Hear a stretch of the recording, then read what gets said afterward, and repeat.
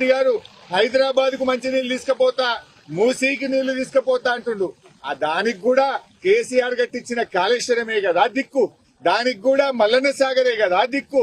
ఇవాళ రేవంత్ రెడ్డి గారు ఈ మల్లన్న సాగర్ నుంచి గోదావరి నీళ్లు తీసుకుపోయి మూసీని శుభ్రం చేస్తా అంటుండు. హైదరాబాద్ ప్రజలకు మంచి నీళ్లు ఇస్తా అంటుండు. సంతోషమే, కానీ అది ఎట్లా సాధ్యమైంది? కాళేశ్వరం వల్ల సాధ్యమైంది. కేసీఆర్ కట్టించిన మల్లన్న సాగర్ వల్ల అనేది సాధ్యమైందనే విషయాన్ని ఇవాళ మీరు గుర్తుపెట్టుకోవాల్సిన అవసరం ఉంది. ఎన్నికల ముందు అబద్దాలు ప్రచారం చేసిండ్రు.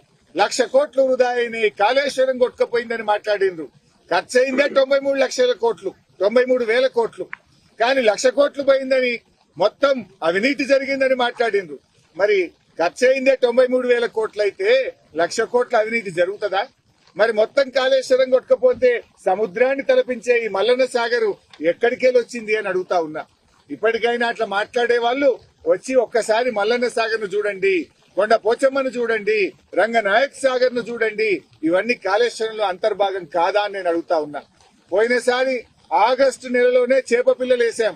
ఇవాళ సెప్టెంబర్ 20 తారీఖు వచ్చిన ఈ ప్రభుత్వం ఇప్పటి వరకు చేప పిల్లలు వేయడం లేదు.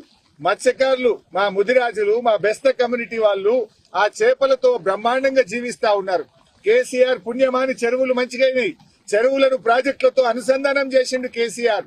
కాలం కాకపోయినా ప్రాజెక్టుతో చెరువులు నింపుకునే అవకాశాన్ని కేసీఆర్ ఇచ్చారు. ఇవాళ అన్ని చెరువులు నిండు కుండల్లాగున్నాయి. ఇంకెప్పుడు చేప పిల్లలు వేస్తారు? ఆగస్టులో వేయాల్సిన చేప పిల్లలు సెప్టెంబర్ 20 తారీఖు వచ్చినా ఇయ్యకపోతిరి.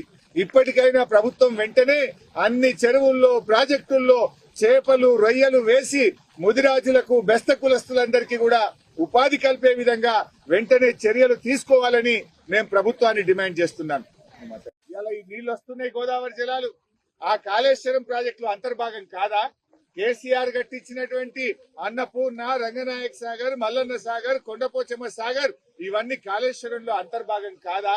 ఇవాళ అన్నపూర్ణలో 3 టీఎంసీలు ఉన్నాయి, రంగనాయక్ సాగర్ లో 3 టీఎంసీలు ఉన్నాయి, మల్లన్న సాగర్ లో 21 టీఎంసీలు నింపుకున్నాం, కొండ పోచమ్మలో 10 టీఎంసీల నీళ్లు నింపుకున్నామంటే ఇది కాళేశ్వరం ప్రాజెక్టు.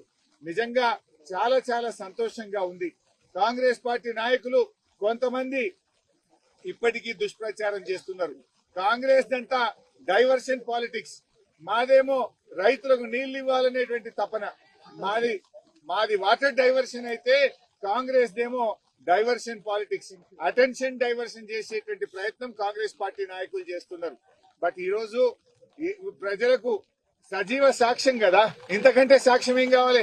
కాళేశ్వరం కొట్టుకుపోయిందనేటువంటి మూర్ఖులకు 21 టీఎంసీలతో సముద్రాన్ని తలపించే ఈ మల్లన్న సాగరే ఒక సజీవ సాక్ష్యం. ఇంతకంటే ఇంకొక సాక్ష్యం ఉండదు. ఇప్పటికైనా కాంగ్రెస్ నాయకులు మీరు కూడా వచ్చి ఇంత పసుపు కుంకుమ వేసి కొబ్బరికాయ కొడితే మీ పాపాలు దొరికిపోతాయి. ఆనాడు ప్రాజెక్టు కట్టేటప్పుడు అడ్డం పడ్డారు, కోర్టులలో కేసులు వేసిండ్రు.